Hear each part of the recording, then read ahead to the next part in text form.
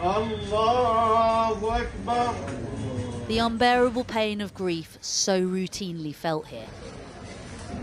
In Gaza's Rafah city, they're mourning their loved ones. Allahu Akbar. Among the dead, 4 people killed when an Israeli airstrike hit a car. Another grim milestone has been reached. More than 25,000 people have now been killed, according to the Hamas-run health ministry. Today, the UN condemned the killings. In Gaza, Israel's military operations have spread massive destruction and killed civilians on a scale unprecedented during my time as Secretary General, including more than 150 members of our own staff, following the horrific terror attacks by Hamas on 7 October. This is heartbreaking and utterly unacceptable. Since October, some 85% of Gaza's population have been forced to flee their homes. Among them, Sami Shakshak, who says nowhere is safe. Where is safety? Where is safety? I came from Jabalia. I was hit by airstrikes on the way. I went to Khan Yunis and I was hit by an airstrike in Khan Yunis. When I go to bring food to cook for my children, I'm hit on Rafah Road. Where is safety? As the Israeli army released this footage of underground tunnels where they claim hostages were held by Hamas. Abandoned mattresses. There are still over 130 Israelis who have never come home. Israeli Prime Minister Benjamin Netanyahu defied President Biden yesterday by once again rejecting the prospect of a Palestinian state. Today, the Defence Secretary shared his disappointment. The point is, which other route is there to seriously resolve this? Palestinians deserve a sovereign state. Israel deserves to have the full ability to defend itself, its own security, in other words. And unless you pursue a two-state solution, I really don't see that there is another solution. As the conflict across the region continues after an Israeli strike on southern Lebanon killed 2 Hezbollah fighters, Saudi Arabia's foreign minister said the only way forward now was a Palestinian state. The key to de-escalation in general right now, I think, is ending the conflict in Gaza, because that's feeding all of this instability in the region. You know, we were already a very unstable region, unfortunately, before. Nearly 4 months into this war, in Gaza, basic services have largely stopped. Rubbish isn't collected from the streets. The debris and destruction piles up, with growing health concerns for those left behind. Well, earlier I spoke to Bara Shiban, an associate fellow at the Houthi defence think tank and a Yemeni human rights activist. I started by asking him what he thought Benjamin Netanyahu's strategy was in rejecting a two-state solution to the Israel-Gaza war.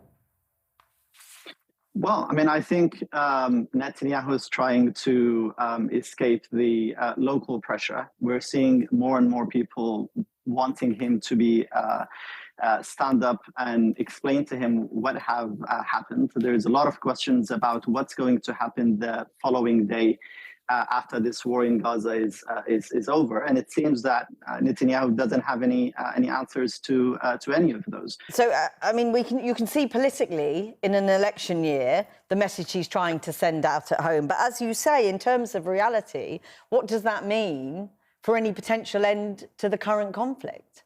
I'm afraid that actually this is even a ground for more radicalization. Hamas is now able to, double down on their message that actually this government has never intended to give a state for the Palestinians, and it weakens the position of the Palestinian Authority. So I'm afraid it's not good answers and good solutions on all fronts. And outside of Israel and Gaza, we've seen attacks in Lebanon, Syria, Iraq and Yemen just over the course of this weekend. Now, all, of course, much smaller incidents in themselves, but what do they tell us about tension in the region? Well, definitely this situation, Jackie, doesn't just contain itself within Gaza. No matter how much President Biden is trying to emphasize this message, Iran from its side is trying to show that actually it is capable of fighting on multiple fronts. It is able to contend with the smaller factions or separatist movements in the south of and in the eastern side of Iran, at the same time while they're attacking Iraq, doing strikes in Iraq and Syria. I mean, the constant question is about the potential for all of these incidents are serious, quite clearly, but a potential for a much more serious escalation across the region. How likely do you think that is? Well, I think many Arab states do not wish to see that happening. They are trying to de-escalate, but actually there are definitely messages like the one you just said, Netanyahu saying there is no two-state solution. This doesn't help to calm the tensions that are so high at the moment. And it seems it makes also the international community in a way ineffective. Many people in the Arab world feel that the international community are complicit with what Netanyahu is saying. I mean, that issue of being ineffective, all of this poses a real difficulty, particularly perhaps for the Americans. They launched airstrikes at the Houthis in retaliation to the attacks on commercial ships in the Red Sea. President Biden admitting a couple of days ago the action is making no difference, but he's going to continue anyway. Well, I guess Biden felt he's in this corner. I mean, damn if he does, damn if he doesn't. I mean, if he does, then we have this risk of a slip into the civil war in Yemen and engage in a further escalation with Iran. But if he doesn't, then he appears weak in front of the American public, and he's unable to do anything in front of the Houthis.